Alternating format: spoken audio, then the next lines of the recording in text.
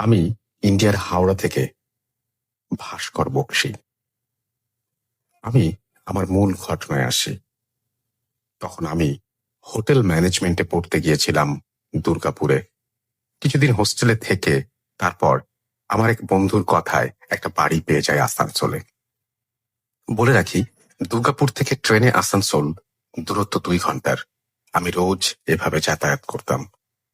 একদিন এমন এক ঘটনা ঘটল যে সেদিন নিজের জীবন নিয়ে যে আজকে আবারও লিখতে পারবো এটা কল্পনাও করিনি। দিনটা ছিল 27 মার্চ 1998।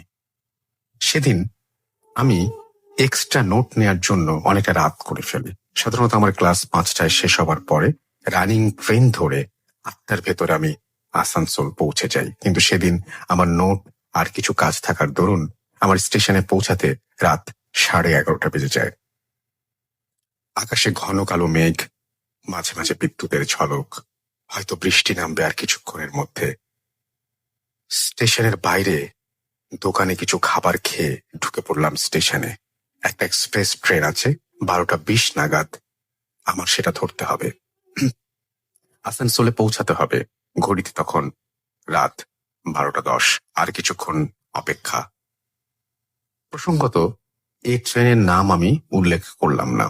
আজ ওই ট্রেনটা, ওই বগিটা ফাঁকা যায় আজও, এবং স্টেশনের চেয়ারগুলো কিছু কুলি মজুররা দখল করে থাকায় তারা চাদর মুড়ি দিয়ে দেখলাম যে দিব্যি ঘুমিয়ে আছে। অগত্যা আমি একটা রেলিং এ হেলান দিয়ে দাঁড়িয়ে থাকলাম।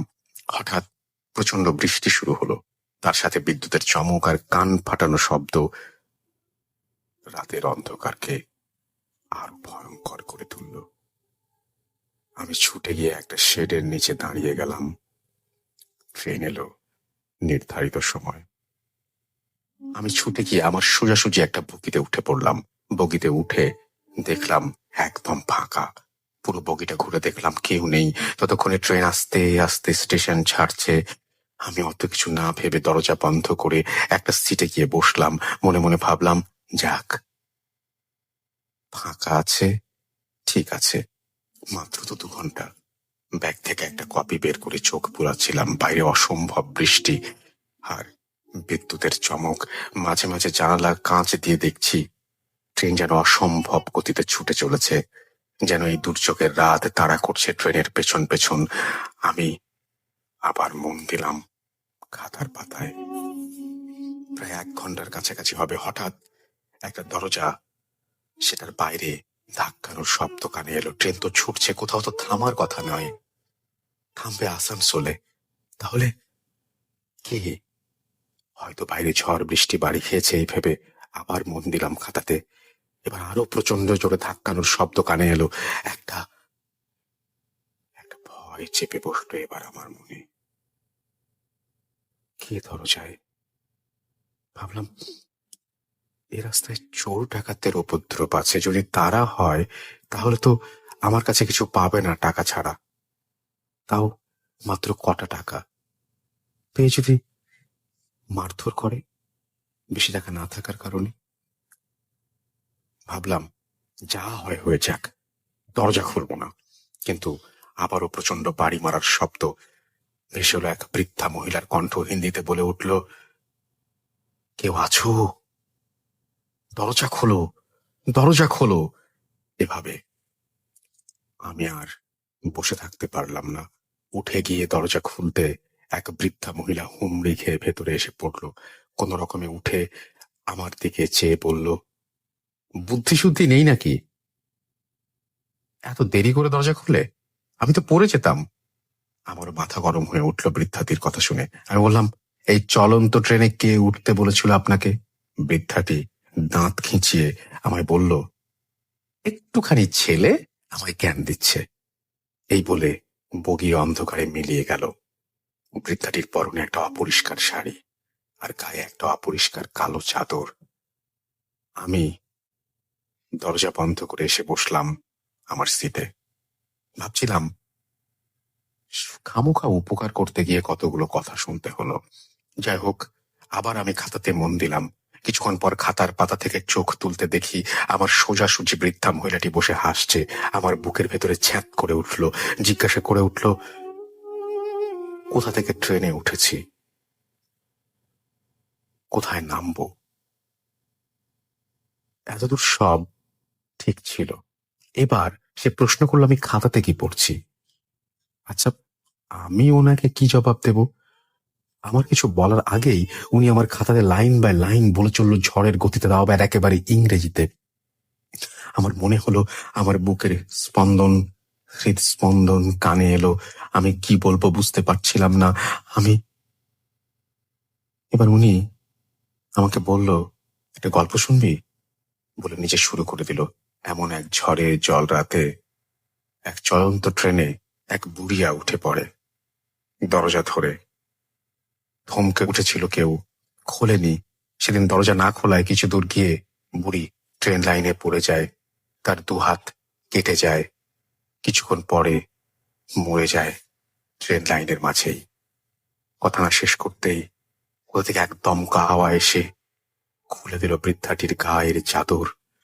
স্পষ্ট দেখলাম বৃদ্ধাটির দুটি হাত নেই। এবার আমার মাথা কেমন যেন ঘুরে উঠল। অন্ধকারে এসব কি দেখছি? এবার বৃদ্ধাটি হিম কাঁপানো কণ্ঠে হেসে উঠল। চোখ খুলতে আমি এরপরে কি হয়েছে জানি না। চোখ খুলে দেখি আমি আসানসোল স্টেশন মাস্টারের রুমে 2-3 জন আরপিএফ এর সামনে দাঁড়িয়ে। স্টেশন মাস্টার এগিয়ে এসে বলল, কেন আমি ওই বগিতে উঠে পড়েছি। দরজার বাইরে বড় বড় করে লেখা আছে রেস্ট্রিক্টেড কম্পার্টমেন্ট। ট্রেনের ওই বগি খালি যায়, অর্থাৎ ওই বইটা খালি যায়, রিজার্ভেশনের জন্য দেয়া হয় না, সেটা তিনি হয়তো বলতে চেয়েছেন। এবং তিনি বলছেন যে ওখানে যদি কেউ ভুল করে উঠে বসে তাহলে বাঁচে না। তুমি ওই ঝুলন্ত অবস্থায়, আধা শরীর তোমার ট্রেনের ভেতর, আধা শরীর তোমার বাইরে। অর্থাৎ ট্রেনের কোন একটা জায়গায় হয়তো দরজার সামনে তার শরীর অর্ধেক ভেতরে আর অর্ধেক বাইরে ছিল, এরকম তিনি বুঝাতে চেয়েছেন। এবং তিনি বলেছেন যে খুব ভাগ্যের জোরে তিনি প্রাণে বেঁচে গেছেন। আমার একটা কোয়েশ্চেন আছে ভাস্কর বক্সী।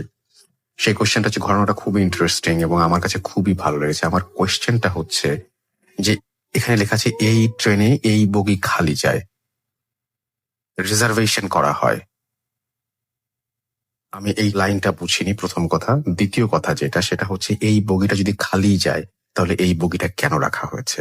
আর এই বগিতে মানুষ উঠলে যদি মারাই যায় তাহলে এই বগিটা কেন সংযুক্ত আছে? এইটা যদি আপনি চাইলে কমেন্ট করতে পারবেন সেখানে। সুতরাং কমেন্ট করে আপনি জানিয়ে দেন। যদি আপনি এই ঘটনা শুনে থাকেন তাহলে আপনি কমেন্ট সেকশনে গিয়ে এটা জানিয়ে দেন। কমেন্ট পড়ছি এবং দেখতে পাচ্ছি যে আপনারা কমেন্ট করছেন। সো আমার মনে হয় যে এটা যদি আপনারা জানিয়ে দেন তাহলে খুব ভালো হয় আমার জন্য, যে কেন এই বগিটা সংযুক্ত ছিল। যেহেতু আপনি ওখানে আরএফপির সামনে দাঁড়িয়ে আপনি স্টেশন মাস্টারের সামনে কথা বলছিলেন, সো আমার মনে হয় যে আপনি এটা জানাতে পারবেন। আপনাদের সবাইকে অনেক ধন্যবাদ আমাদের সঙ্গে থাকার জন্য এবং এই ঘটনাটা শোনার জন্য। ঘটনাটা খুবই চমৎকার ছিল, শুধু আমার এই কোয়েশ্চেনটা এসছে মাথায় তাই জিজ্ঞেস করলাম। তার জন্য ঘটনাটা কোনোভাবেই আমি খারাপ বলতে পারবো না। সো আমি বিশ্বাস করি আপনাদের অনেক ভালো লেগেছে। Spirit, be here with me.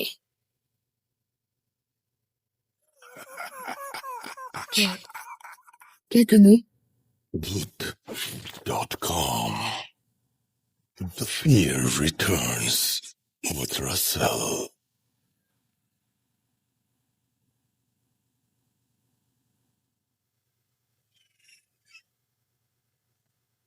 Welcome back. আমি রাসেল আছি সাথে, আর শুনছেন ভূত.com। এখন যে ঘটনাটা আমি শেয়ার করবো, it's a beautiful story, it's a very beautiful story. And আমরা এই ঘটনাটা পেয়েছি আমেরিকা থেকে, ভার্জিনিয়া থেকে আসছে এই ঘটনাটি, এবং ঘটনাটি খুবই চমৎকার।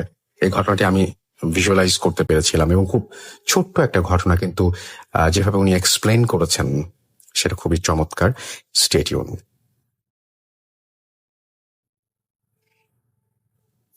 আসসালামু আলাইকুম রাসেল ভাই, আমি রুহি বলছি।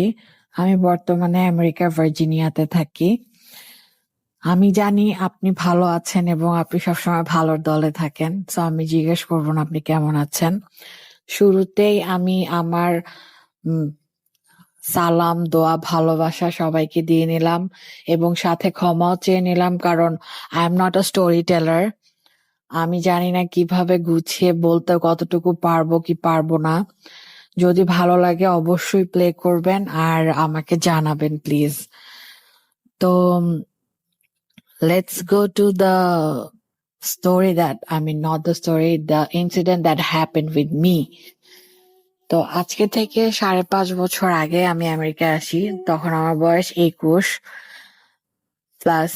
তো আমরা যখন আসি তখন সব এত কিছু জানতাম না, চিনতাম না, নতুন দেশ, নতুন শহর, বাবা মাকে ছাড়া প্রথমবার, কোনো গাইডলাইন নাই, তারপর সবকিছু নিজের করতে হচ্ছে। তো যাই হোক, তো আরো কিছু বাঙালি লাইক আমার হাজবেন্ডের মতন আরো একটা হাজবেন্ড ওয়াইফ আর 2-3টা ব্যাচেলার ছেলে। তো অ্যাকচুয়ালি আমার এটা বলার মানে এরা সবাই ফ্রেন্ড হিসাবেই মানে গণ্য করা হয়েছে, ফ্রেন্ডই। তো আমরা সবাই মিলে একটা 2 bedroom 1 den অ্যাপার্টমেন্ট ভাড়া করি, ভাড়া নেই। তো ওইটা ছিল একটা 12 তলা বিল্ডিং, আমরা 11 তলায় ফ্ল্যাট পাই, তো মানে ফ্ল্যাটটা ভাড়া নেই। তো 2 bedroom আর একটা ডেন, মানে স্টোরেজ রুম টাইপ, বাট ওইটাকে ডেন ডাকে। তো ভাড়া নেই। এখন যারা আরেকজন হাজবেন্ড ওয়াইফ, ওরা মাস্টার বেডরুমটা নেয় with attach bathroom, and they paid the higher amount of rent for that. তো ঠিক আছে, কুল আইডিয়া। তো ওরা একটু বেশি রেন্ট দেয় কাজ ওরা ওইটা নিছে। তারপরে আরেকটা 2টা ব্যাচেলার ছেলে, লাইক ওরা 2 ভাই, আপন ভাই, বাট ওরা বেডরুম চাইছে। আর অন্য ওদের কিভাবে সেন্সে কাজ করছে তখন, যে ওরা একটা হাজবেন্ড ওয়াইফ কে বেডরুমটা না দেওয়ার ডিসিশন নিয়ে দে ওয়াজ লাইক, না আমরা নিব। আমরা এমনও বলছিলাম যে আপাতত আমরা হাজবেন্ড ওয়াইফ, আমাদেরকে বেডরুমটা দাও, আমরা না হয় সামনের মাসে ছেড়ে দিব, 1 মাস আমাদের তো টাইম লাগবে। And they was like no no. তো বাঙালি, আবার আমরা ওরকম সম্পর্ক খারাপও করতে চাই না, বা সম্পর্কেরও কিছু ছিল না অ্যাকচুয়ালি, বাট জানি না, তখন বয়সও কম, বুঝতেও পারি নাই বা হোয়াটএভার। তো যাই হোক, ডেনটা ছিল একেবারে লিভিং রুমের সাথে লাগানো, লাইক একদম লাগানো, মানে লিভিং রুম আর ডেন, মানে একটা হাজবেন্ড ওয়াইফের জন্য kind of embarrassing to stay in a den. তারপরও আমরা ওইটা নিলাম, আর আমরা ওইটার জন্য আমাদের অল্প টাকাই পে করতে হয়েছে, মানে বাকিরা যা দিছে তার চেয়ে কমই দিছি। এরপরে হচ্ছিল, বাসাটা ছিল এমন যে ঢুকতেই হাতের বাম দিকে ছিল কিচেন, কিচেনের ওই দিক থেকে আবার আরেকটু জায়গা ছিল ডাইনিং টেবিলের জন্য। সো ওই জায়গাটায় আবার পার্টিশন করে আরেকটা ভাইয়া, ব্যাচেলার, উনিও, he was so nice and cool. এখনো মানে যাদের কথা বলছি তারা সবাই এখনো আমাদের ফ্রেন্ড আছে। তো রিডস ভাইয়া ওইখানে ওর মতন স্পেস বানায়, as is a bachelor. So ওইভাবে স্পেস বানায় ওর মতন একটা জাস্ট ম্যাট্রেস, সিঙ্গেল ম্যাট্রেস, ওর একটা 3 feet ট্রলি, আই গেস, মানে গেমস টেমস খেলার জন্য, এরকম করে ও খুব নাইসলি ওর ওই জায়গাটা প্লেস করছে। আর আমরা তারপরে ওই যে লিভিং রুমের অতটুকু জায়গা এবং ওইটার সাথেই ডেনের ওই দরজাটা, আর ওইটা মানে ডেন রুমটা অ্যাকচুয়ালি। তো আমার তেমন কোনো কি আমার কিছুই ছিল না তখন, জাস্ট একটা ম্যাট্রেস, বালিশ, আর একটা স্ট্যান্ডিং আয়না, আর একটা ছোট টি টেবিল, ওইটার উপরে ল্যাপটপ রেখে আমরা ইউজ করতাম। তো এই ছিল সংসার বলতে। তো আমরা আবার সবাই একসাথে বাজার করতাম না, যে যার যার বাজার করতাম, কারণ যে যার যার মতন, কারণ তখন সবাই এত রান্নাও পারতো না, কেউ বাইরে খেত, কেউ মানে এভাবে নিজেরা রানতে মন চাইলে রানতো, না রানতে মন চাইলে না, এরকম টাইপের। তো সবাই সবার মানে কাঁচা মাংস, মুরগি এগুলা কিনে ফ্রিজে, একটা ফ্রিজই ছিল অফকোর্স, ওইখানেই রাখতাম, বাট যে যার যারটা করতো, ইউজ করতো। তো এরকম যাচ্ছিল। তো এভাবে আমরা থাকতাম।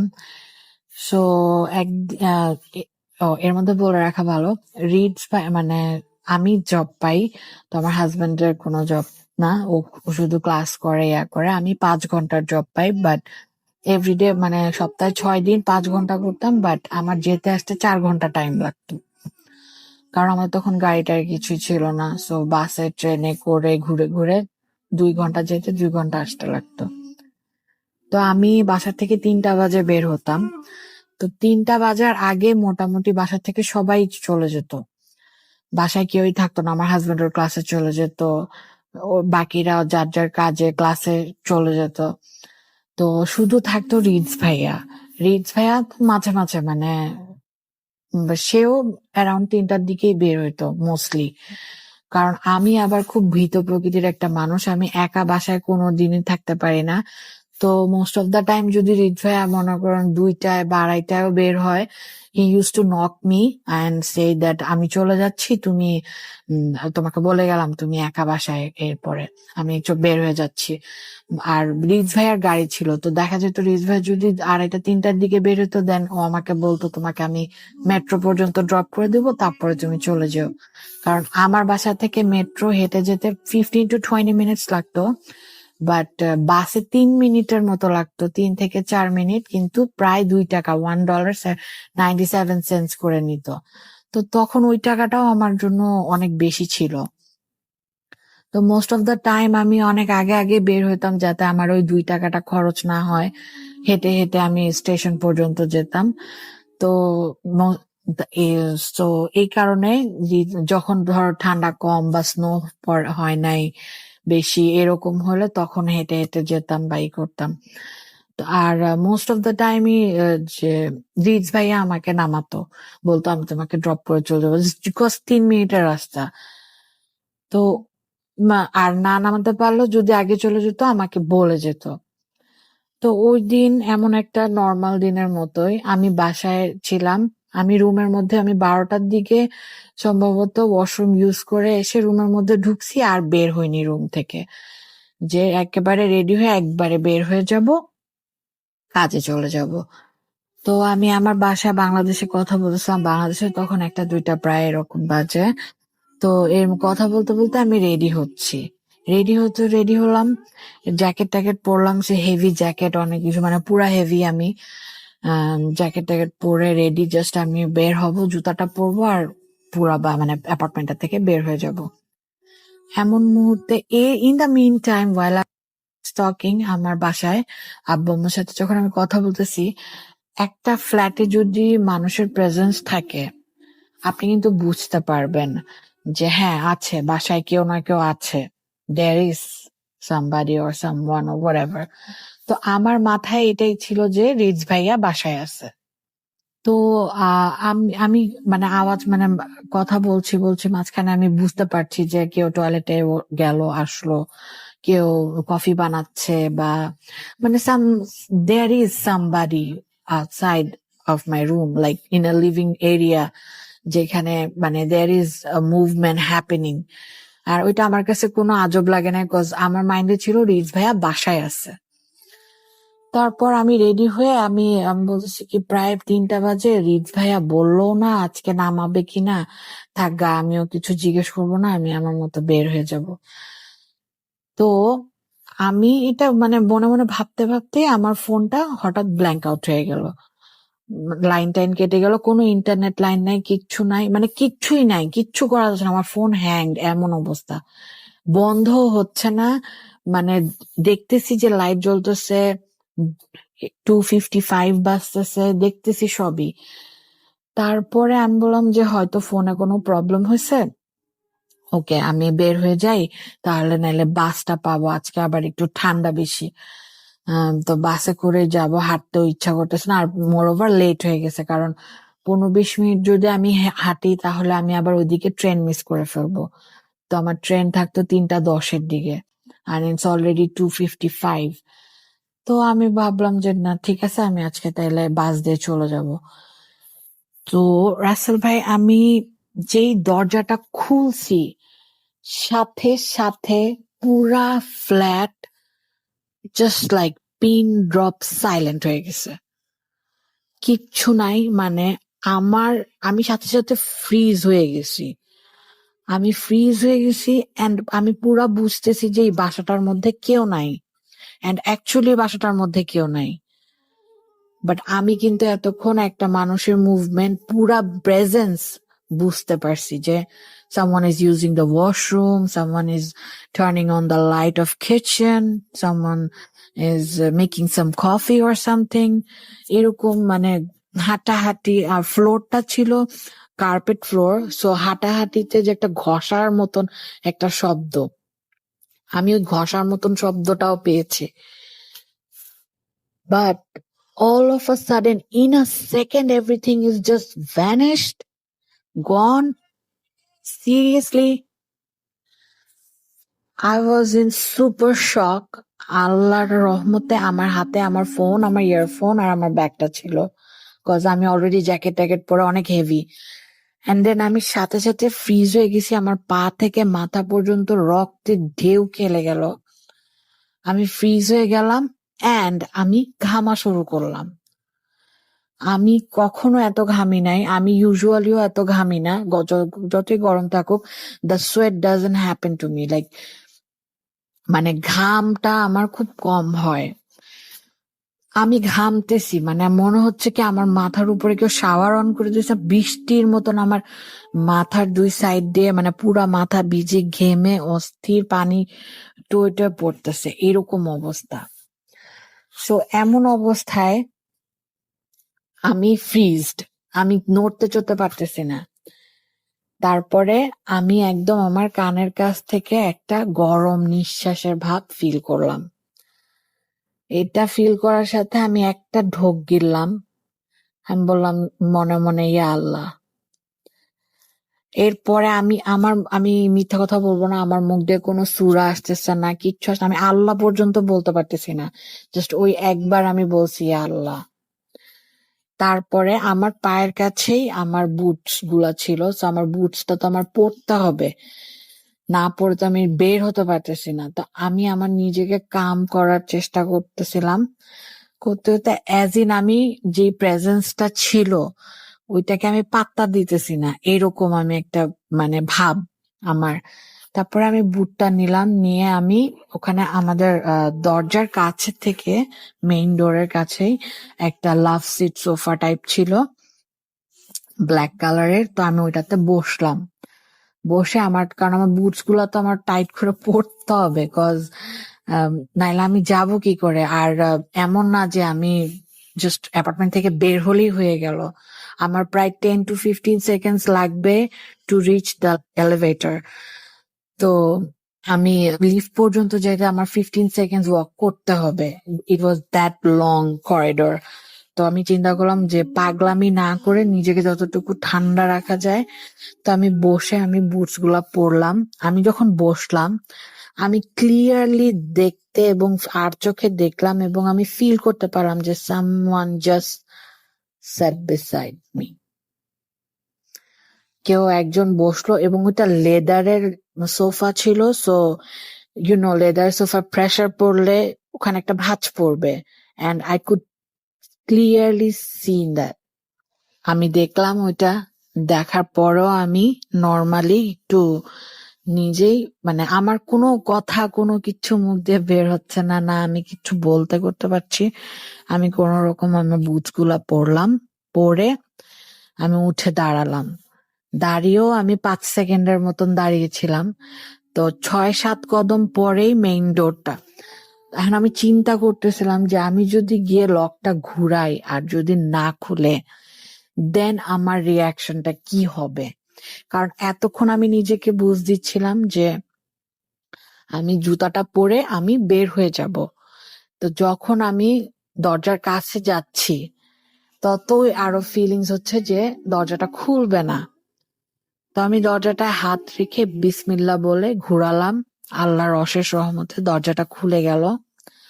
তো দরজাটা খোলার সাথে সাথে আমি খুবই নাইসলি দরজা থেকে বের হলাম, কোনো দৌড় দেই নাই, কিচ্ছু না, জাস্ট বের হয়ে গেলাম। লকটা ঘুরায় বের হয়ে গেলাম যাতে অটো লক হয়ে যায় দরজাটা। বের হয়ে এবার আমি খুবই কামলি হাঁটতে হাঁটতে লিফট পর্যন্ত গেলাম। তো 12 তলা বিল্ডিং, আমি যেটা আগেও বললাম, 12 তলা বিল্ডিং এ আমরা 11 তলায়। সো অফকোর্স যদি নিচের থেকে উপরে আসে বা উপর থেকে নিচে আসে, মানে খুবই কম চান্সেস যে এই মুহূর্তে আমি কাউকে পাবো on the lift, cause it was 3 o'clock, 3টা বাজে। তো আমি এই মুহূর্তে যে লিফটে কাউকে এক্সপেক্ট করবো, এটা একটা বোকামি হবে। অ্যান্ড অ্যাজ আই এক্সপেক্টেড, লিফটে কেউ ছিল না। তা আমার লিফটে ঢুকতে হলো একাই, কারণ আমি কার জন্য কোথায় ওয়েট করব। তো আমি একাই লিফটে ঢুকলাম। লিফটের ডোরটা সিলভার কালারের ছিল। সো অফকোর্স যখন ডোরটা ক্লোজ হবে, I will see my shadow on the door, and I saw that, and I saw another shadow next standing on me. আর আমার আর কিছু বলার ছিল না। আমি তারপরেও খুব কামলি আমার ফোনটা ইউজ করার চেষ্টা করছি, অ্যাজ ইন আমি কোনো কনসেন্ট্রেশন, আমার কিছুই মানে যাচ্ছে আসছে না। কারণ আমি শুনেছি যে যদি তুমি এটাকে মানে এটাতে কনসেন্ট্রেট না দাও বা পাত্তা না দাও, they can not harm you until unless you give them the permission. So আমি ওইটাই আমার মনের মধ্যে ছিল, কারণ আমি অলওয়েজ ভূত এফএম শুনি। ওগুলা শুনে শুনেও আমার অনেকটা সাহস বাড়ছে, আমি বলতে পারি যে। তো আমি পাত্তা দিই নাই। অ্যান্ড দেন আল্লাহর রহমতে 8th ফ্লোরে লিফটটা থামলো, আর একটা বাচ্চা আর মা তারা ঢুকলো। Then everything was normal. আমার শরীর হঠাৎ করে খুবই রিল্যাক্সড হয়ে গেল। I was feeling like okay, I can breathe now, এইরকম একটা ফিলিংস। মানে যখনই লিফটটা 8 তলায় থামলো, ফার্স্টে আমি ভয় পাইছি যে 8 তলায় কেন থামলো, মানে কেউ যদি না ঢুকে, এটা যদি এমনি খুলে, মানে লিফটটা খোলার পরে আমি যদি অপোজিটে কোথাও কাউকে কিছু না দেখতে পাই বা কেউ না থাকে, হোয়াট উইল আই ডু? তারপরে আল্লাহর রহমতে একটা বাচ্চা আর মা ঢুকলো। তারপর যেই ওনারা ঢুকলো লিফটে, আই ওয়াজ লাইক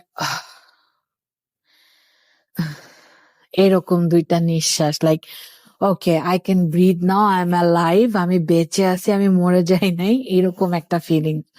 তারপরে আমি এগুলো সবকিছু মাথা থেকে ঝেড়ে দিয়ে কাজে গেলাম, আসলাম। আস্তে আস্তে আমার রাত 12টা বাজলো। এন্ড দেন আমি রিজ ভাইয়াকে বললাম, ভাইয়া তুমি আমাকে বলে যাওনি কেন, তুমি যে চলে গেছো? বলে কি, তখন রিজ ভাই আমাকে বলতেছে, আমি তো আজকে 1টা বাজে বাসার থেকে বের হয়ে গেছি, তখন তুমি তোমার রুমে ছিলা, আমি জানি না তুমি ঘুমাচ্ছিলা না কি করছিলা, যে আমি তোমাকে নক করে ডিস্টার্ব করব। আর যদি এত আর্লি তোমাকে বলতাম, তুমি হয়তো বা বাইরে চলে যেতা, বা বাইরে ব্যালকনিতে বা বা বাইরে রাস্তায় কোথাও বসে থাকতা।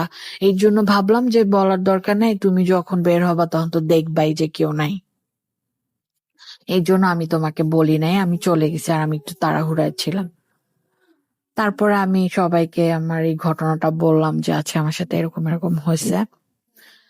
অ্যান্ড দেন 2 দিন পরে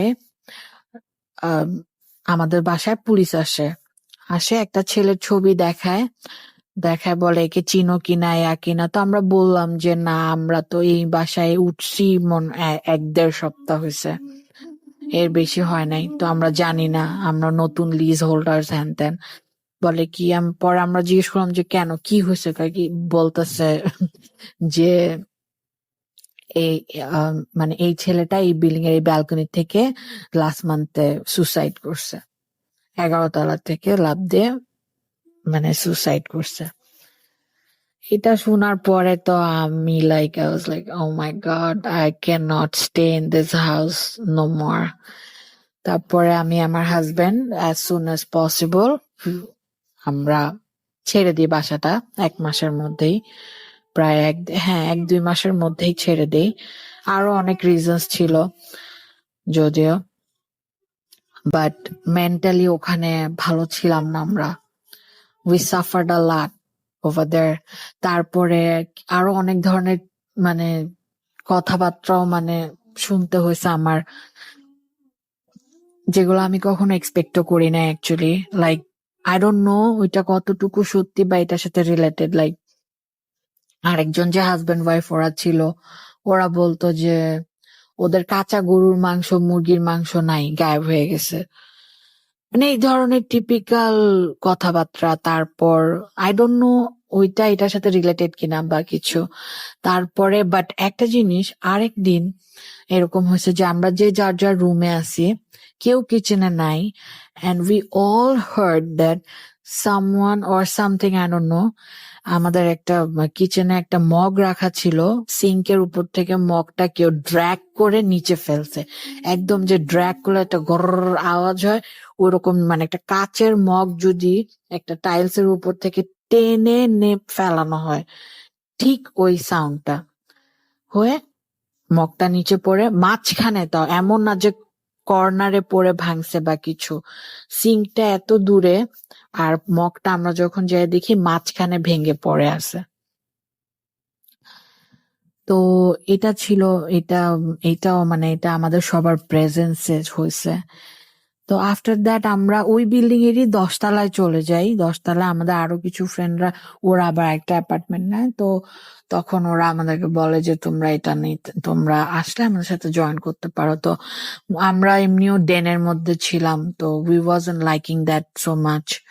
সবকিছু মিলায় then we decided to move out, and then আমরা 1-1.5 মাসের মধ্যে মুভ আউট করি। এন্ড আফটার দ্যাট আমাদের life started going so peacefully. মানে তারপরে সবকিছুই মানে ঠিক হতে থাকে, মানে লাইফেও একটা কেমন জানি চেঞ্জেস চলে আসছিল, মেজাজ খিটখিট থাকতো, মানে কোঅপারেট করতেছিলাম না আমরা দুইজন দুইজনের সাথে। But right after we change that house, we change that apartment actually, and it all became sorted out. আমি জানি না ভাইয়া এটা কতটুকু ভালো লাগবে আপনাদের কাছে।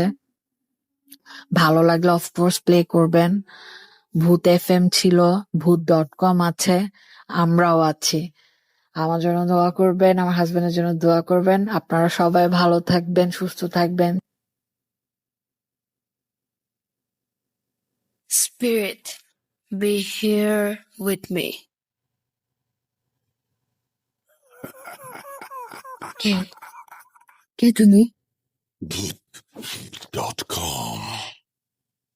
The fear returns with Russell.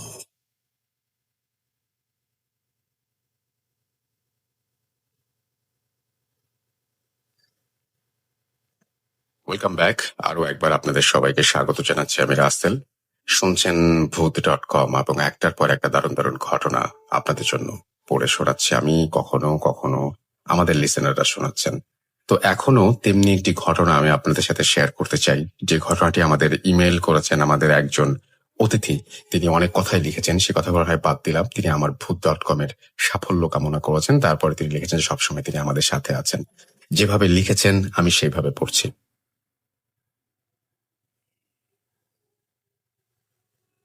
Rasel ভাই, সালাম নেবেন। আমি শাহেদ, নারায়ণগঞ্জের সিদ্ধিরগঞ্জ থেকে লিখছি। ঘটনাটি এক অ্যাম্বুলেন্স ড্রাইভারের। একবার আমার ফুপু অসুস্থ হয়ে ঢাকা মেডিকেলে ভর্তি ছিলেন। ওনাকে দেখতে আমি হসপিটালে যাই। তো ওনার সাথে কথাবার্তা বলে হাসপাতালের বাইরে যাই একটু ঘোরাঘুরির জন্য। হাসপাতালে ইমার্জেন্সি গেটের সামনে অনেকগুলো অ্যাম্বুলেন্স পার্ক করা ছিল। ঠিক তার পেছনেই 10-12 জন লোক একত্রে গল্প করছিল। কথাবার্তা যতটুকু বুঝতে পারলাম, ওনারা অ্যাম্বুলেন্সের ড্রাইভার। হঠাৎ ওনাদের আড্ডার মাঝে গিয়ে জিজ্ঞেস করলাম, ভাই আপনারা তো রাতে রোগী বা লাশ নিয়ে দেশের বিভিন্ন জায়গায় যাতায়াত করেন, তো আপনাদের সাথে এমন কি কোনো ভৌতিক ঘটনা ঘটেছে? প্রশ্নটা করার সাথে সাথে সবাই একটু কেমন যেন হয়ে গেল, কেমন করে যেন তাকালো। আমি একটু বিব্রত বোধ করলাম। কেউ তেমন কিছু বলতে চাইল না। এই অবস্থা দেখে আমি আশাহত হয়ে যখন আবার হেঁটে হাসপাতালের দিকে রওনা দেব, ঠিক তখনই ওদের মাঝখান থেকে একজন এগিয়ে এলো আর বলল তার সাথে ঘটা একটা ঘটনা আছে। আমি ডিটেলস জানতে চাইলাম। ঘটনাটি উনি ওনার মুখে যেভাবে বললেন সেইভাবে তুলে ধরলাম। উনি বললেন ঘটনাটা 2006 সালের। অনেক সময়ই দেশের কোনায় কোনায় লাশ নিয়ে আমাদের যেতে হয়। কখনো লাশের সাথে লোকজন থাকে, কখনো থাকে না। তেমনি এক রোগী মারা যায় এই মেডিকেলে। বেশ অনেকদিন রোগে ভুগে মারা যায়। তো হাসপাতালের লাশ সাধারণত গোসল করানো থাকে না। যে লোক মারা গেছে তার সাথে কোনো আত্মীয় স্বজন ছিল না। ঢাকা থেকে তার দূর সম্পর্কের এক আত্মীয় হাসপাতাল থেকে লাশ বের করে আমার অ্যাম্বুলেন্স ঠিক করে ভাড়া করে দিয়ে চলে যেতে বলে। আমি আশ্চর্য হইনি, কারণ এমন হরহামেশাই হয়ে থাকে। আমি আমার সাথে এক পিচ্চি হেল্পার, পেছনে লাশের বাড়ি জামালপুর জেলার কোনো এক জায়গায়। হাসপাতালের ফর্মালিটি শেষ করতে করতে রাত 8টার বেশি বেজে যায়। রাত 9টার দিকে আমি গাড়ি নিয়ে রওনা দেই। ঢাকা থেকে ময়মনসিংহ যেতে রাত 2টা বেজে যায়। পুরো রাস্তা ভালোই গেলাম, কোনো সমস্যা হয় নাই। সমস্যা শুরু হয় ময়মনসিংহ থেকে জামালপুর যেতে। যারা ওই রাস্তায় গিয়েছেন তারা জানেন যে ময়মনসিংহ থেকে জামালপুরের রাস্তাটা অনেকটাই সরু, ঢাকা ময়মনসিংহ হাইওয়ের মতো প্রশস্ত না, এবং তুলনামূলক অনেক নির্জন। আশেপাশের বাড়িঘর অনেক কম, দুপাশে পতিত জমি এবং ধান ক্ষেত বেশি।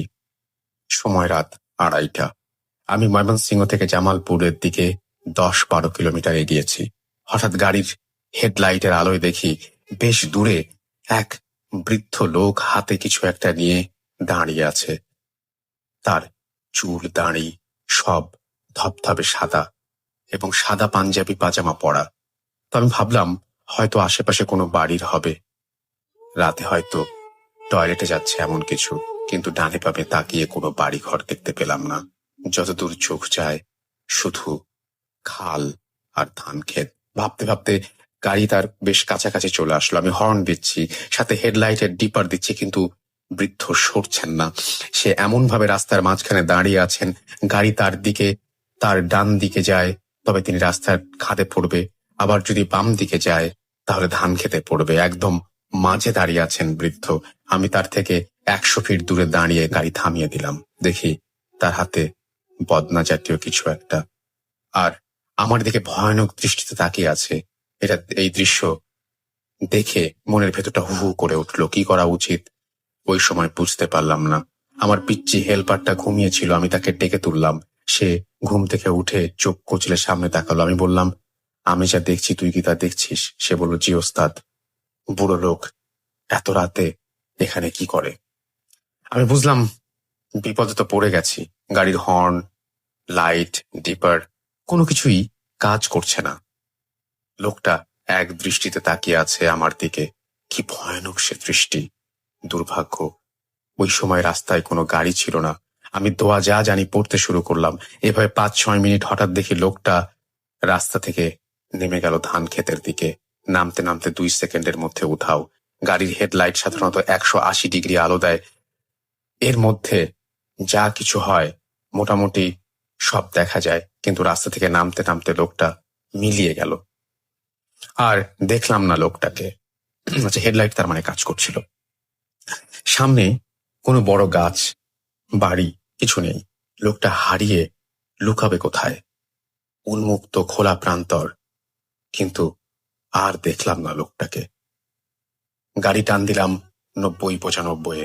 এভাবে প্রায় 30 কিলোমিটার যাওয়ার পর আবার রাস্তার মাঝে ওই বৃদ্ধকেই ঠিক একইভাবে দাঁড়িয়ে থাকতে দেখি। এবার সত্যি ভয় পেয়ে গেলাম। 90 কিলোমিটার গতি এই বুড়োর এত দূরে আসা গাড়ির সাথে তাল মিলিয়ে অসম্ভব। তাহলে আজকে নিশ্চয়ই কপালে খারাপই আছে ভেবে এবার তার থেকে অনেক দূরে গাড়ি থামিয়ে দোয়া পড়তে লাগলাম। এভাবে প্রায় 10 মিনিট পার হলো। আশ্চর্য ব্যাপার, পেছন থেকে কোনো গাড়ি আসে না, সামনে কোথাও কেউ আসে না। ভাবতে ভাবতে আমি আর হেল্পার দুজনেই ঘামতে থাকি, আর হর্ন ও ডিপার দেয়া চালিয়ে যেতে থাকি। এখন যদি ওপরে গাড়ি উঠিয়ে দেই তাহলে নির্ঘাত গাড়ি দুর্ঘটনায় পড়বে, তাই চুপ করে বসে থাকি। হঠাৎ সামনে দূর থেকে একটা লাইট চোখে আসে, অর্থাৎ কোনো গাড়ি আসছে। আমি হঠাৎ আগের মতো বুড়ো লোকটাকে রাস্তা থেকে নামতে নামতে অদৃশ্য হয়ে যেতে দেখি। কিছুক্ষণ পর ওই দিক থেকে একটা ট্রাক আসে আমার দিকে, এসে একদম আমার গাড়ির পাশে ট্রাকটা থামায়। আমি কিছু বলার আগে ড্রাইভার বলে ওঠে, কি ভাই, কোনো বুড়া লোক রাস্তার মাঝখানে দাঁড়িয়ে রাস্তা আটকে দিয়েছিল? আমি তার কথা শুনে একদম থ হয়ে যাই। বলি, আপনি বুঝলেন কি করে? ড্রাইভার বলে, আমি এই রোডে নিয়মিত চলি, আমি জানি লাশের গাড়ি দেখলে এই জিনিসটা মাঝে মাঝেই গাড়ি আটকায় রাখে, সময় নষ্ট করে কিন্তু কোনো ক্ষতি করে না। কিন্তু এর উপরে গাড়ি উঠিয়ে দিতে গেলেই গাড়ি অ্যাক্সিডেন্ট করে। ভাগ্য ভালো আপনার কোনো ক্ষতি হয় নাই, তাড়াতাড়ি চইলা যান বলে ট্রাক ড্রাইভার রওনা দেয়। আমিও গাড়ি নিয়ে সামনে আগাই, ঠিক মতো পৌঁছাই। লাশ দিয়ে গাড়ি ধুয়ে সকালবেলা আবার রওনা দেই। আসতে সময় কোনো সমস্যা হয়নি। এই ছিল ঘটনা, নিজের সাথে ঘটা একটি ঘটনা। আপনার জন্য লিখবো করে 10 বছর পার করলাম, আজ না লিখে পারলাম না। আমিও যেখানে যাই ভৌতিক ঘটনা কালেক্ট করি। আশা করি আপনার জন্য ভবিষ্যতে আবার ঘটনা পাঠানোর চেষ্টা করব। শাহেদ, আপনাকে অনেক ধন্যবাদ আপনার ঘটনার জন্য, এবং আশা করছি নেক্সট টাইম আপনি আরো ঘটনা আমাদের পাঠাবেন এবং সবসময় আমাদের সাথে কানেক্টেড থাকবেন। It's a beautiful story. Thank you very much আমাদের সাথে থাকার জন্য এবং ঘটনাটা শেয়ার করার জন্য।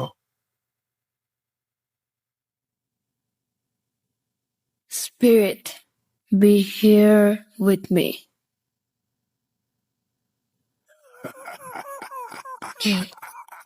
কে তুমি? Beat.com. The fear returns with Russell.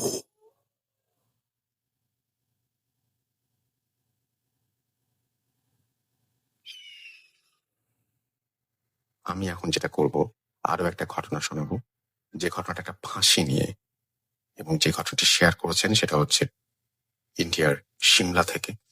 গত সপ্তাহে তিনি ঘটনা শেয়ার করেছিলেন, এই সপ্তাহেও করেছেন। Thank you very much. আপনারা রেগুলার হলে তো কোনো কথাই নেই। চলে যাচ্ছি আমাদের পরবর্তী ঘটনায়। আসসালামু আলাইকুম রাসেল ভাইয়া, আমি রাফায়েত জাহান রাফি বলতেছিলাম ভারতের সিমলা থেকে। আজকের আমার এই ঘটনাটা আমার বাসা রংপুরেরই কোনো একটা জায়গার ঘটনা। আমার একজন বড় ভাই আমাকে এই ঘটনাটি পাঠাইছেন, ওনার ফ্রেন্ডের ঘটনা আর কি এটা।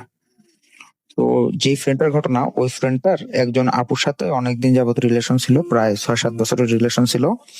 তো আপুটার এক পর্যায়ে বাসা থেকে বিয়ের চাপ আসতে থেকে, বিয়ের প্রেশার দেয়, যেরকম বিয়ে কর, বিয়ের প্রস্তাব আসতে থাকে অনেক ধরনের।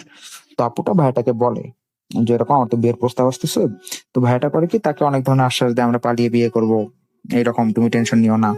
তো এরকম করতে করতে আপুটার গায়ে হলুদের ডেট চলে আসে, ফ্যামিলি থেকে বিয়ে দিবে, গায়ে হলুদের ডেট চলে আসে।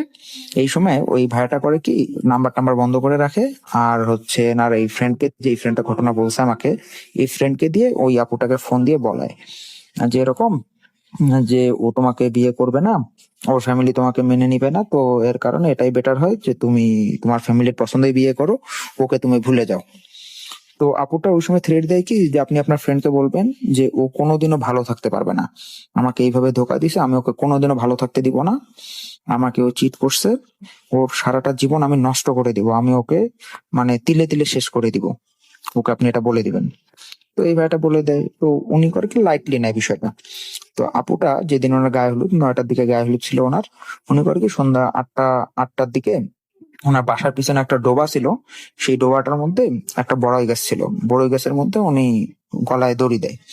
আর উনি ফাঁসি দেওয়ার আগে করে কি, অনেকগুলা বাসার মধ্যে যতগুলো ট্যাবলেট ছিল, এই ট্যাবলেট গুলো উনি খেয়ে নেয়, যাতে মানে ওনাকে কেউ বাঁচাইতে না পারে আর কি, উনি মরবেই এরকম। তো উনি ফাঁসি দেয়।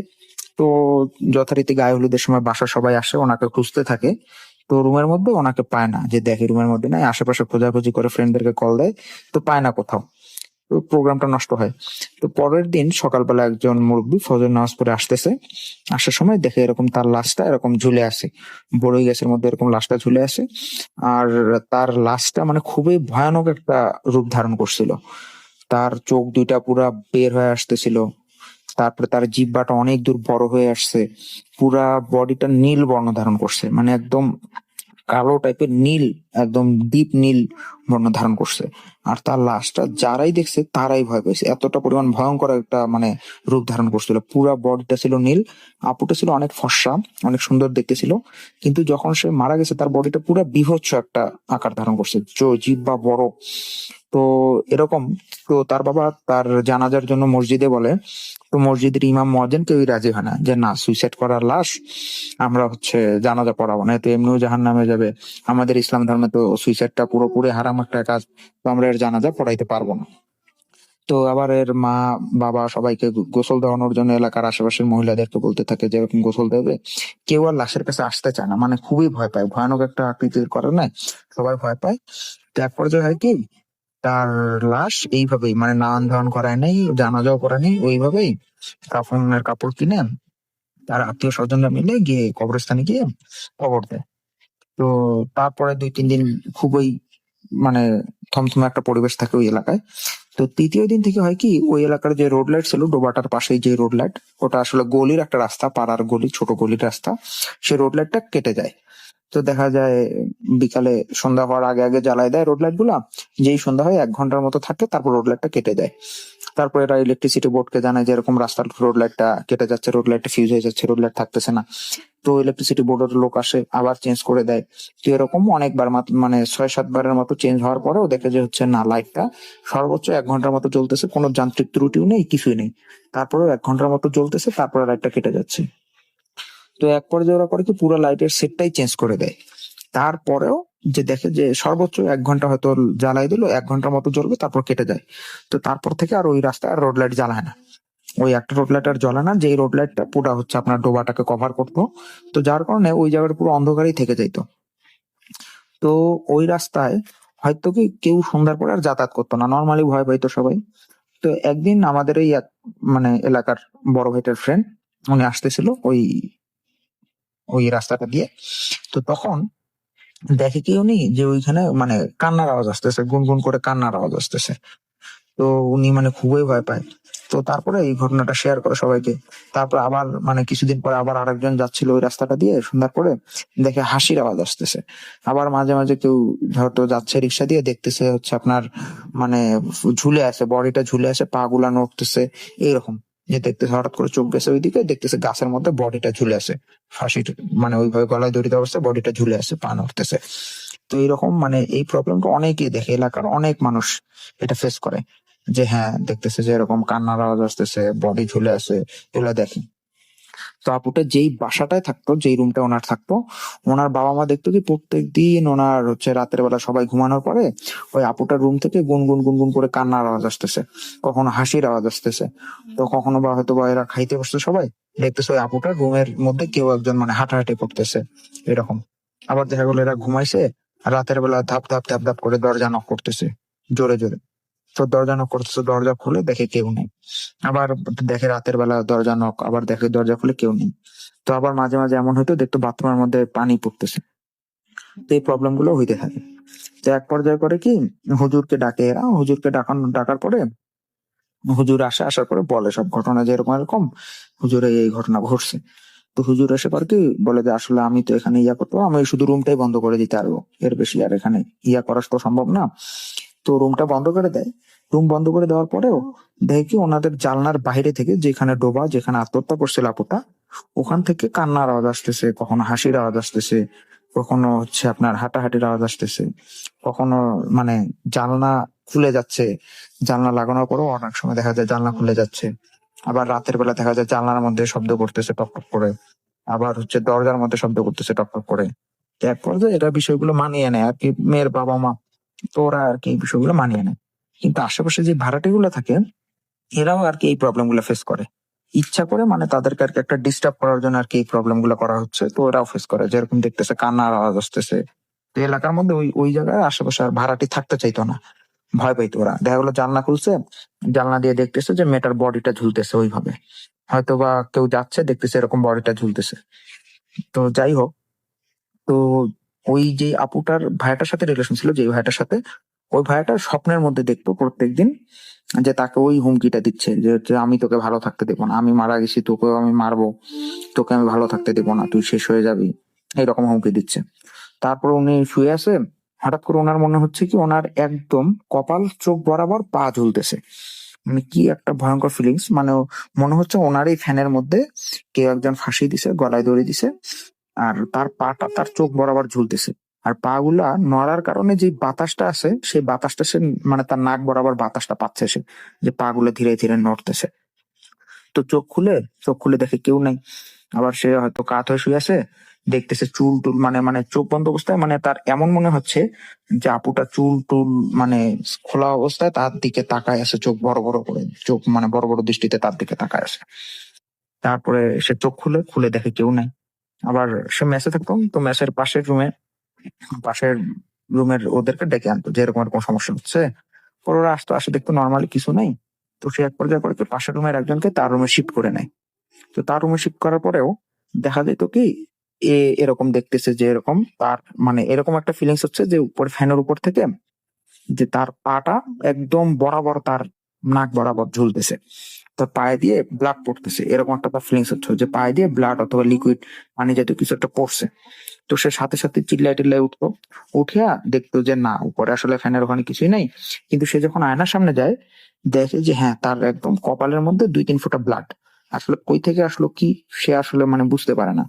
তারপরে আবার মাঝে মাঝে এই ঘটনাটা ঘটতে থাকে, যে এরকম সে ফিল করতে থাকে যে তার যখনই শুইতো সে ফিল করতো যে তার ফ্যানের উপরে ফ্যানের সোজাসুজি তার মাথা বরাবর আরো একজনের পা ঝুলছে আর তার পা দিয়ে ব্লাড পড়তেছে, আর সেটা তার মুখে পড়তো।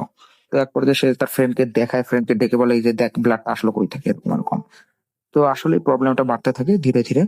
তারপরে একদিন তারা রাতের বেলা আসে, ভাইয়াটা মেসে আসে, তো ওই সময় ওনার মেসের যে রুমমেট সে বাসায় গেছিল। সে আসার পরে মেসে আসার পরে সে দেখে কি মেসের মধ্যে কান্নার আওয়াজ আসতেছে, আর বলতেছে জোরে জোরে তোকে আমি মেরে ফেলবো, তোকে আমি বাঁচা দেবো না, তোর জন্য আমি মারা গেছি, এরকম হুমকি ধামকি। তো তারপরে সে করে কি ওই রুমে আর থাকে না, পাশের রুমে শিফট হয়ে যায়। তো পাশের রুমেও এই প্রবলেম গুলো হইতে থাকে তাকে, এরকম স্বপ্নের মধ্যে কখনো কখনো এই যে ফ্যানের উপরে পা ঝুলে আসে, কখনো বা সে ফিল করতেছে যে তাকে এরকম তার একদম চোখ বরাবর একটা মাথা তার দিকে তাকায় আছে, চোখ বড় বড় করে হাসতেছে, অট্ট হাসি হাসতেছে। তো এরকম মাঝে মাঝে সে শুনতেও পাইতো, কখনো সে মনে করতো যে আমি স্বপ্নের মধ্যে ছিলাম, কখনো সে মনে করতো যে না আমি জেগেই ছিলাম। যেরকম এক সময় মানে সে অনেক একটা পেইনফুল ব্যাপার হয়ে যায় তার জন্য, সে মানে একদম পাগলের মতো হয়ে যায়। তো তার এই ফ্রেন্ডটাকে সে শেয়ার করে যে দোস্ত এরকম এরকম ঘটনা ঘটতেছে আমার সাথে প্রতিনিয়ত, আমি কি করব বল।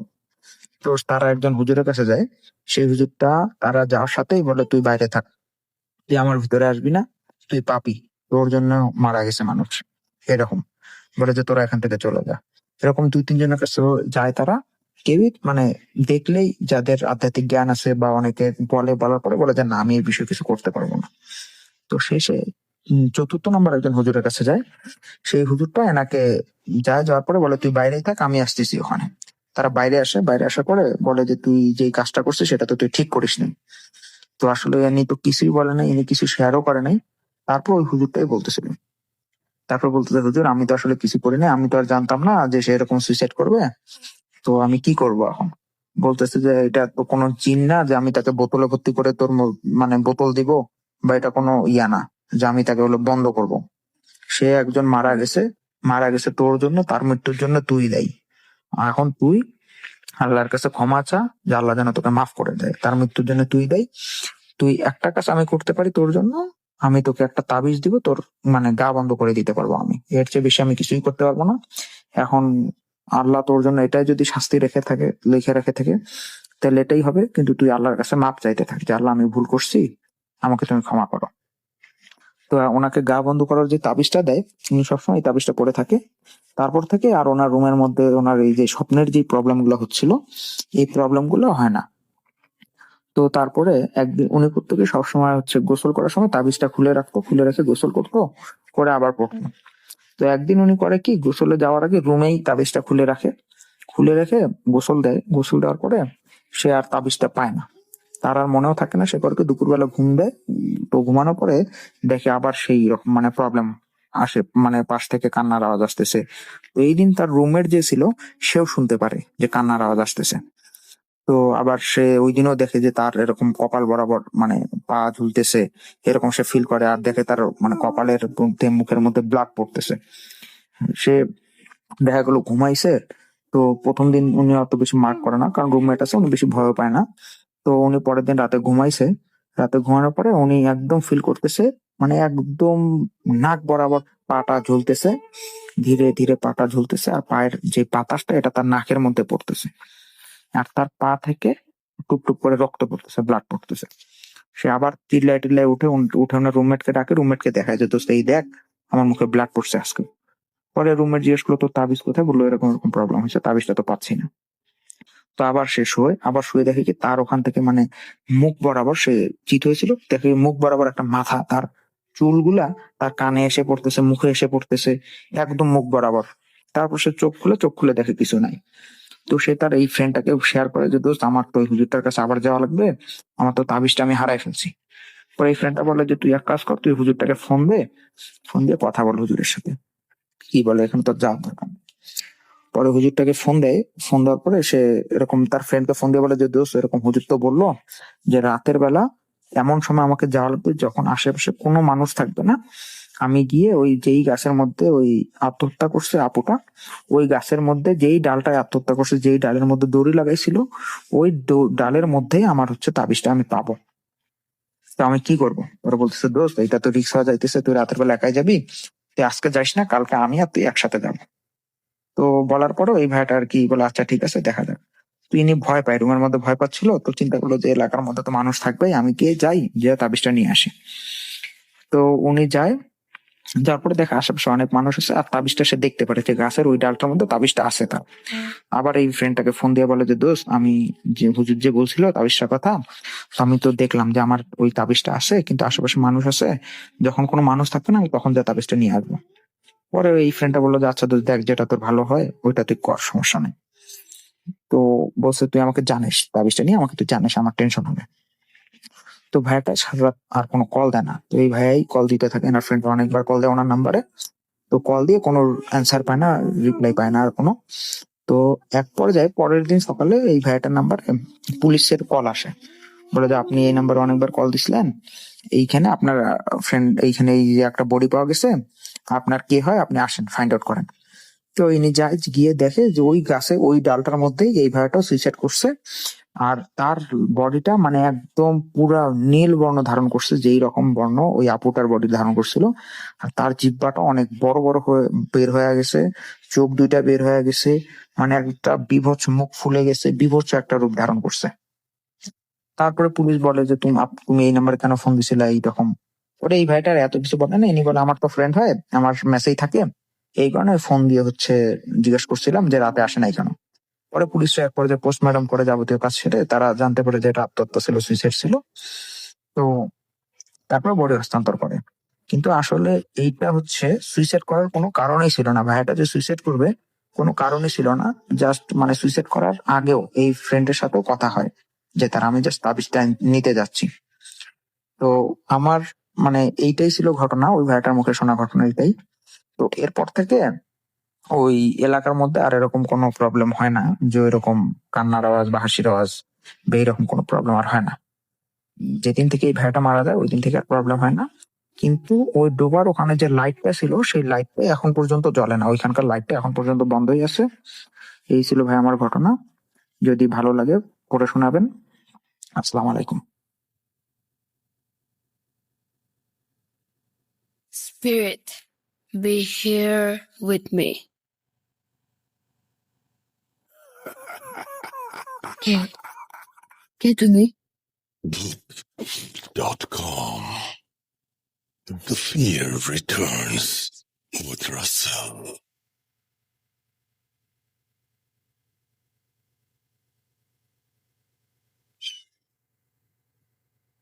আরো একবার সবাইকে আমন্ত্রণ ভূত.com-এ। আমি একটা বিষয় শেয়ার করি, ডোন্ট টেক ইট আদারওয়াইজ। আমি খুবই অবাক হয়ে যাই যে মাঝে মাঝে আমি যখন ভাবি যে এই সমাজে আমরা সিনেমা দেখি, আমরা নাটক দেখি, সব জায়গাতেই সৎ মা হচ্ছে একটা নেগেটিভ ক্যারেক্টার, রাইট? সৎ মা অলওয়েজ নেগেটিভ ক্যারেক্টার, বাট সৎ বাবা অলওয়েজ একটা পজিটিভ ক্যারেক্টার। কেন? মেয়েদের মধ্যে তো মায়া বলেন, মমতা বলেন, মাতৃত্ব বলেন অনেক বেশি, তারপরেও সৎ মারা কেন নেগেটিভ ক্যারেক্টার যদি সৎ বাবারা পজিটিভ ক্যারেক্টার হবেন? এই প্রশ্নটা আপনাদের কাছে রাখলাম। আর চলে যাচ্ছে আমাদের পরবর্তী ঘটনায়। এই ঘটনাটি ঘিরে রয়েছেন একজন সৎ মা।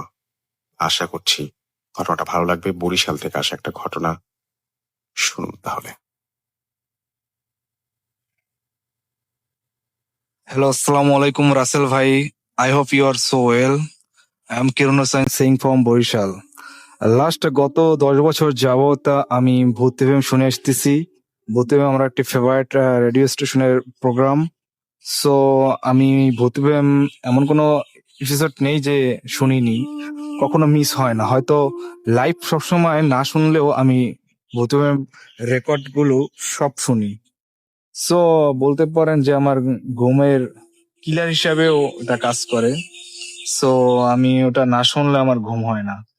তো এনিওয়ে, আমি আজকে একটা আপনাদের সাথে লাইফে ফার্স্ট টাইম ঘটনা শেয়ার করব।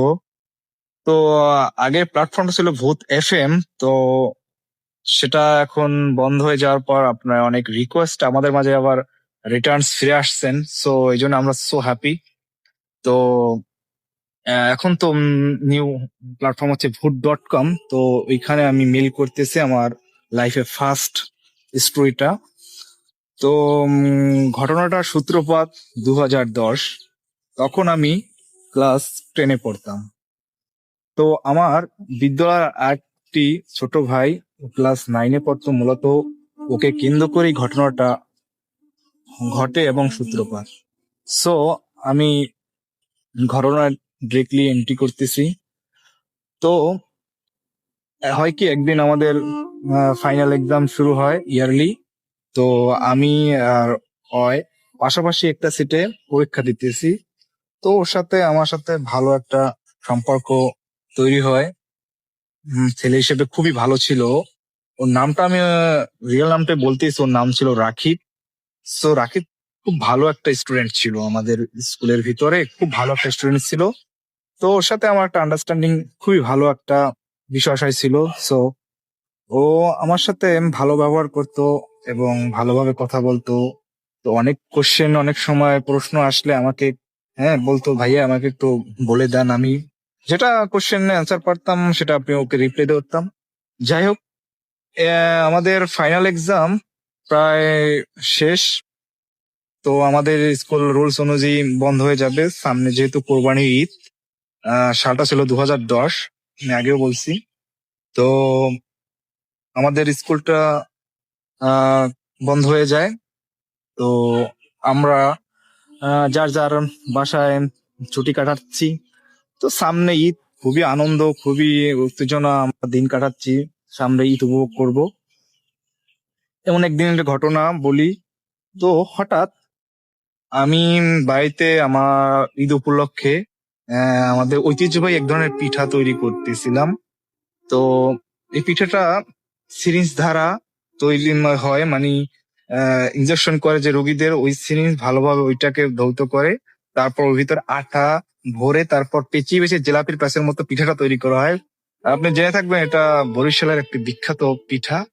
তো আমরা ওই পিঠাটা মেকিং করতেছিলাম। ওটা খাওয়া হয় মানে ঈদে সেমাইয়ের সাথে দেওয়া হয়, ওটা খুবই ডেলিশিয়াস, খুবই খেতে খুবই মজা। তো আমরা ওইটা মেকিং করতেছিলাম। So in the mean time আমার কাছে একটা নিউজ আসে যে রাকিব নামে ওই ছেলেটা নাকি গলায় ফাঁস দিছে। তো আমি তো শুনে প্রথম হতবাক হয়ে যাই, ঠান্ডা হয়ে যাই জায়গায়, যে কি বলে। লাস্ট 10 দিন আগেও আমি ওর সাথে একসাথে পরীক্ষা দিলাম, হঠাৎ এমন কি হলো যে ও গলায় ফাঁস দিল। সো আমি কোনো কিছু ভেবে পাচ্ছিলাম না। তো তো আমি তখনই মনে করেন রওনা করলাম ওদের বাড়ির উদ্দেশ্য।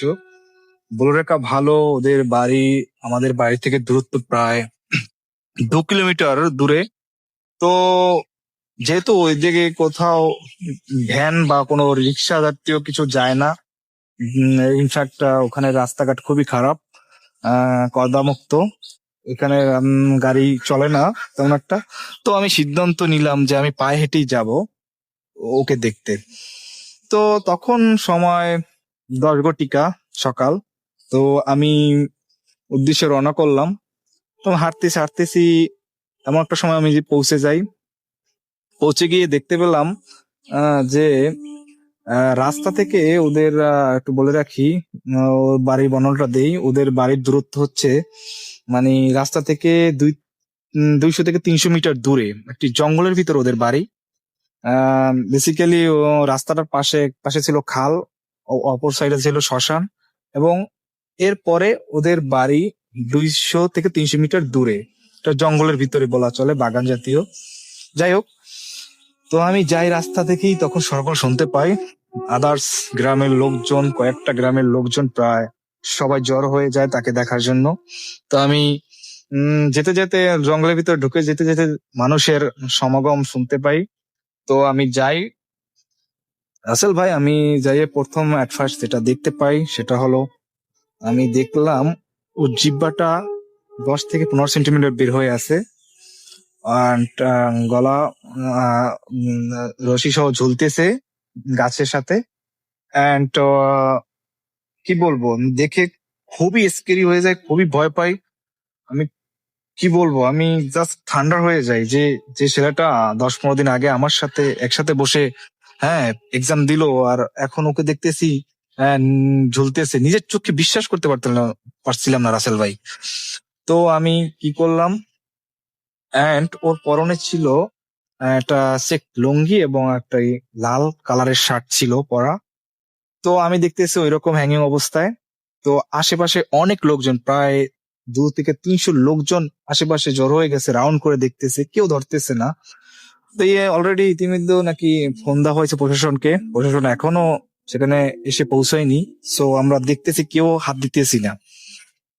তো এক পর্যায়ে প্রশাসন আসে, প্রশাসনের কর্মীরা, তারা পুলিশ মহোদয়, তারা লাশটাকে নামায়। লাশটা নামানোর পর দেখতে পেলাম যা রাসেল ভাই, তা বলার মতো না। আমি খুবই ভয় পাই। দেখলাম ওর যেখানে ফাঁস দেওয়া, রশি দিয়ে যে ও ফাঁস দিছে, তো ওইখানে লাল লাল জাতীয় অনেক বড় বড় পিঁপড়া গুলা ওই হ্যাঙ্গিং ওখানে দাগ পড়ে গেছে একদম। মানে ওইগুলা মনে করেন ওগুলো রাউন্ড করে ঘুরতেছে পিঁপড়া গুলা। আর যেহেতু ও অনেক কালো ছিল ছেলেটা, কিন্তু তো ওই দিন দেখে মনে হয় ও ফ্যাকাশে হয়ে গেছে, ওর চেহারাটা অনেক ফ্যাকাশে হয়ে গেছে, চোখ দুটো মানে বাইরে বের হয়ে যাওয়ার মতো একটা অবস্থা, স্কোয়ারি একটা বিষয়। তো আমি কি বলবো, খুবই ভয় পাইতেছি। আমি বলতেছি আমার গায়ের লোম দাঁড়িয়ে যাচ্ছে রাসেল ভাই, কি বলবো। তো যাই হোক, আমি দেখতেছি ইন দ্য মিন টাইম আমি কিছু ফটো নেই, ওর 3-4টা ফটো নেই আমার ফোনে।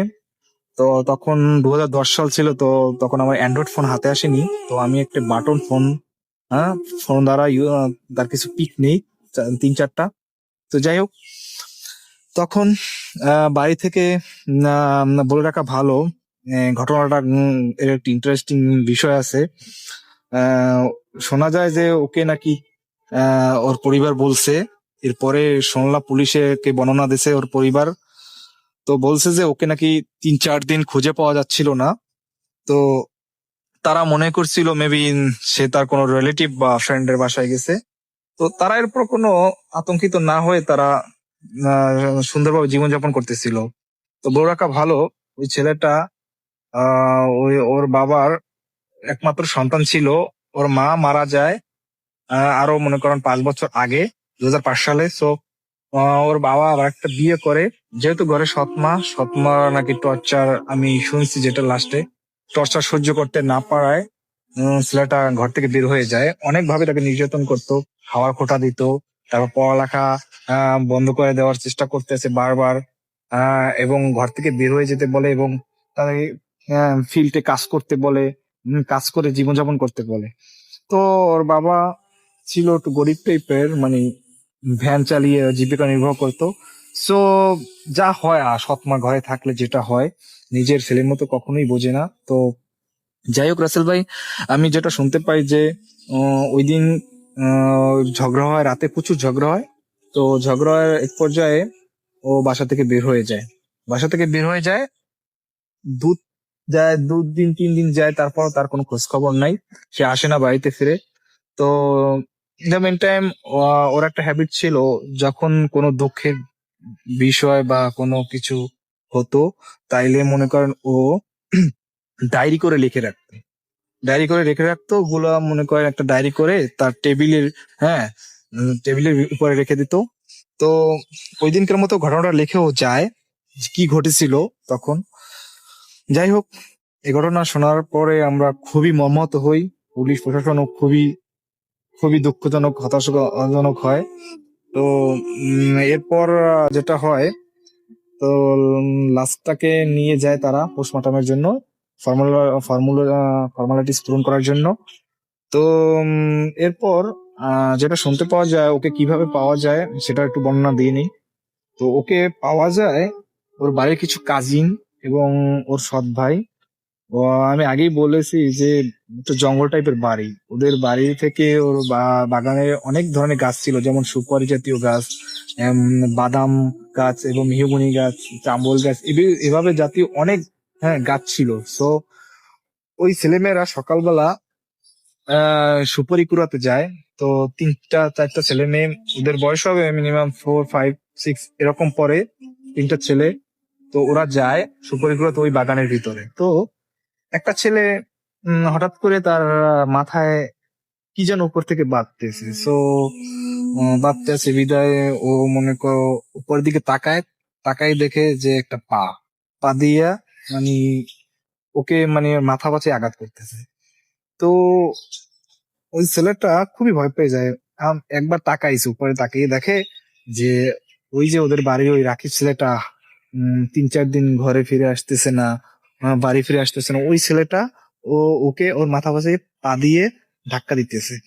তো এরপর কি হলো, ও বলছে যে রাকিব ভাইয়া, তুমি আমার সাথে এরকম মজা করো না, আমি খুবই ভয় পাইতেছি, তুমি গাছের উপরে কি করো? তো ওরা ওইরকম একটা ছোট মানুষ, তো তত তো সেন্সে নেয়নি। তারপর যাই হয় সেটা হলো, ও মনে করেন তারপর ছেলেটা অনেক দূর যাওয়ার পর মনে করছে যে হায় রে, রাকিব ভাই তো অনেকদিন ধরে মিসিং, 2 থেকে 3 দিন, তো রাকিব ভাই ওখানে কি করে? তারপর 3টা ছেলে মেয়ে একসাথে মিলে উপর তাকাই দেখে যে তার জিহ্বাটা অনেকাংশ বেরিয়ে আছে এবং ও হ্যাঙ্গিং অবস্থায় ফাঁস দিয়ে জ্বলতেছে। ও এ দেখে 2টা ছেলে মেয়ে দৌড় দেয়, একটা ছেলে সেন্সলেস হয়ে যায়। তো এরপরে ওর পরিবারকে দিয়ে সরাসরি যেয়ে তাকে ইনফর্ম করার পর তারা সবাই ওইখানে আইসে দেখে যে ওই অবস্থা, হ্যাঙ্গিং অবস্থায় রাখি জ্বলতেছে। সো খুবই স্কেরি একটা বিষয়। ওই ছেলেটা তারপর জ্ঞান ফেরানো হয়, জ্ঞান ফেরানোর তারপর ওই বর্ণনাটা দেয় যে আমি এই অবস্থায় তাকে দেখতে পাই। তো সো এরপরে যেটা হয়, তারপর তাকে পোস্টমর্টমের জন্য নেওয়া হয় তাকে। তারপর পরের দিন সকালবেলা তাকে দাফন করা হয় তাদের রাস্তার পাশে, এটা পারিবারিক গোরস্থানে। তো যাই হোক, এরকম অবস্থায় অনেক দিন যাওয়ার পরে, প্রায় 6 থেকে 7 মাস যাওয়ার পরে একদিনের ঘটনা আমি আপনাকে বলি। যেহেতু ঘটনা বড় হয়ে যাচ্ছে, তো একদিনের ঘটনা, তার বাবা, যেহেতু আমি আগে বলছি যে ভ্যান চালিয়ে জীবিকা নির্বাহ করে, সেহেতু এমন এমন একটা দিন সে রাতে বাড়ি ফিরতেছিল ভ্যান চালিয়ে। তো আমি আগেই বলছি যে তাদের বাড়িটা খুবই একটা হন্টেড জাতীয় এলাকা। চারপাশে মনে করেন জঙ্গল, খুবই ঘন জঙ্গল, এবং রাস্তার পাশ দিয়ে খাল বয়ে গেছে, এই ইটের রাস্তা। তো এবং ওই পাশে শ্মশান ঘাট। সো একদিন ওর বাবা আসতেছিল ভ্যান চালিয়ে, হঠাৎ মিনিমাম তখন বাচ্চে 11:30 রাত, তখন ছিল অমাবস্যা রাত। তো আসতেছিল হঠাৎ, উম হঠাৎ করে তার ভ্যানের চেইন পড়ে গেছে। ভ্যানের চেইনটা পড়ে গেছে। তো সে উঠানোর জন্য নামছে, ভ্যান থেকে নেমে চেইন, হ্যাঁ, নিচে, হ্যাঁ, উকি দিয়ে তারপর চেইনটা লাগাতে যাচ্ছে। এরপর যেটা হয় সেটা হলো মানে চেইন লাগাইয়ে তারপর আবার পেট্রোল দেওয়া ধরছে। পেট্রোল দেওয়ার পর কতক্ষণ পর দেখে আবার ভ্যান চলতেছে না। কিরে, ভ্যান চলতেছে না কেন? চেইন তো লাগাইলাম, ভালোভাবে দেখলাম কোনো সমস্যা নেই, তারপর কি প্রবলেম হইতেছে? তারপর সে আবার জোরে জোরে পেট্রোল দেওয়া শুরু করে, কিন্তু ভ্যান চলতেছে না। তারপর টান হুম করে সে যখন পিছনে তাকায় দেখে যে ওই যে তার ছেলেটা যে ফাঁস দিয়ে মারা গেছে 6 মাস আগে, ওই ছেলেটা তার ভ্যান এক হাত দিয়ে ধরে রেখেছে এবং তার গায়ে জড়ানো ছিল ওই সাদা পোশাক, অর্থাৎ যে কাফনের কাপড়টা ছিল ওইটা তার গায়ে জড়ানো ছিল। ওই অবস্থায় এক হাত দিয়ে তার, হ্যাঁ, ভ্যানের বডিটা ধরে রাখছে। সো এরপর যেটা হয়, এখন ওর বাবা দেখে তো খুবই ভয় পেয়ে যায় যে তার ছেলে কোথা থেকে আসবে, খুবই ভয় পেয়ে যায়। তখন কোনো লোক ছিল না রাস্তায়, কোনো গাড়ি ছিল না, ঘোড়া ছিল না, কিচ্ছু ছিল না, খুব ভয় পেয়ে যায়। তখন বলতেছে ওই ছেলেটা ওর মা আমি আগেই বলছি যে 2005 সালে মারা যায়। তো ওর মা, ও ছেলেটা ওর বাবাকে বলতেছে, বাবা, বাবা, চলো মা তোমাকে ডাকতেছে, চলো না বাবা, মা তোমাকে ডাকতেছে, আমার সাথে চলো বাবা, আমার খুব কষ্ট হইতাছে, মার খুব কষ্ট হইতাছে, তুমি চলো না বাবা, চলো আমাদের সাথে। বলছে না, ওর বাবা বলতেছে না, তুই মারা গেছিস, তুই কেমনে আইসুস, হ্যাঁ তুই কেমনে আইসুস, আমাকে ভয় দেখাস কেন? ওর বাবা কান্না করে দেয়, তুই চলে যা, তুই চলে যা। কয়, না বাবা, তুমি চলো আমাদের সাথে চলো, মা তোমার জন্য ওয়েট করতেছে বাবা, তুমি চলো না বাবা। এ কথা শুনে তার বাবা খুবই ভয় পেয়ে যায়, খুবই, এখন কি করবে, সে ভ্যান ভ্যান রেখে দৌড় দেওয়ার চেষ্টা করতেছে, কিন্তু সে উস্টাকে পড়ে যায়, কোনোভাবেই সে যেতে পারতেছে না, তার হাত পা চলতেছে না, কোনোভাবেই না। একবার উঠে দৌড় দেয়, আর একবার পড়ে যায়, আর একবার দৌড় দেয়, আর একবার পড়ে যায়, এরকম করতে করতে সে বারবার পড়ে হোঁচট খাই যাচ্ছে, তার হাত পা ছিলে গেছে। এমন তো অবস্থায় দেখতেছে যে ও ও ভ্যান ছেড়ে দিয়ে ছেলেটা তার পিছে পিছে আসতেছে, ওইরকম কাফানো জড়ানো অবস্থায় সে আসতেছে। বাবা দেখে খুবই আতঙ্কিত হয়, খুবই ভয় পায়, এন্ড কি করবে সে দিশে দিশে না পেয়ে দিক বিদিক শূন্য হয়ে সে দৌড় দেয়। দৌড় দিয়ে বাগানের ভিতর দিয়ে দৌড় দিতে দিতে দিতে দিতে তিনি অনেকবার মাথায় আঘাতপ্রাপ্ত হয় গাছের সাথে বাড়ি খেয়ে। তার হঠাৎ করে যেয়ে উঠানে যেয়ে একটা জোরে চিৎকার দিয়ে পড়ে যায়। তো বাড়ির সবাই কপি টপি নিয়ে নামছে, তারপর দেখে যে ওই যে ওই রাকিবের বাবাটা সেন্সেস অবস্থায় হাঁপাইতে আছে, মানে সেন্স নাই, সে মানে হাঁপাইতে আছে, হার্টবিট চলতেছে। তো খুবই ভয় পায়, সারা রাতে জ্ঞান ফেরে না।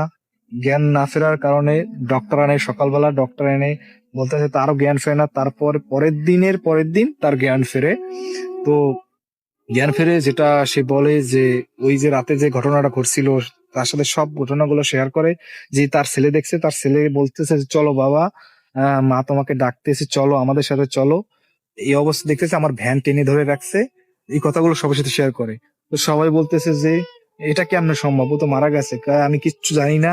হ্যাঁ, এরপর থেকে ওর বাবা খুবই রোগাশোগা হয়ে যায়, তারপর খুবই রোগ আক্রান্ত হয়ে যায়, জ্বর হয়, প্রায় 15 দিন জ্বর থাকে, খুব খারাপ অবস্থা হয়।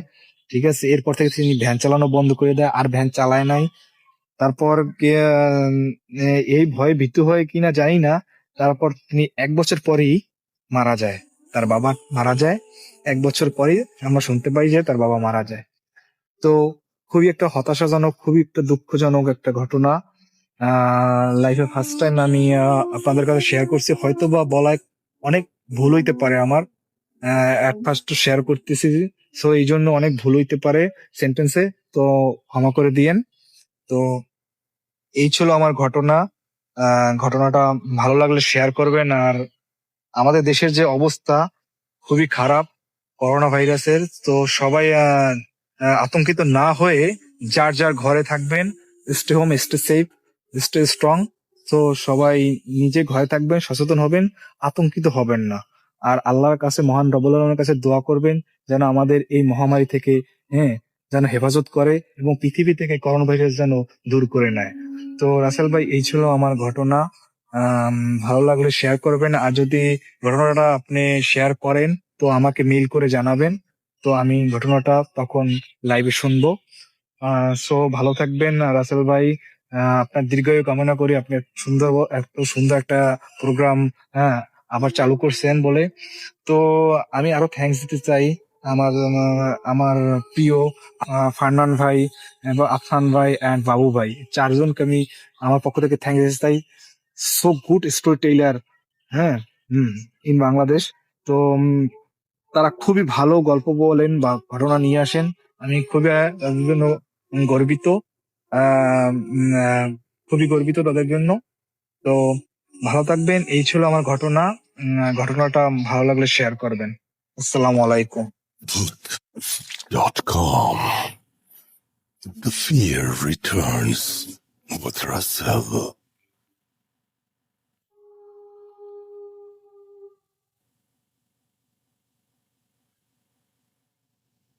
Spirit, be here with me.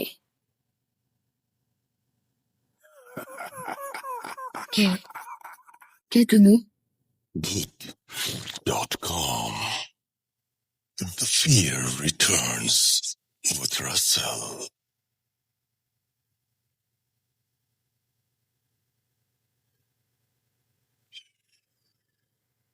এই মুহূর্তে আরো একটা ঘটনা শেয়ার করবো আপনাদের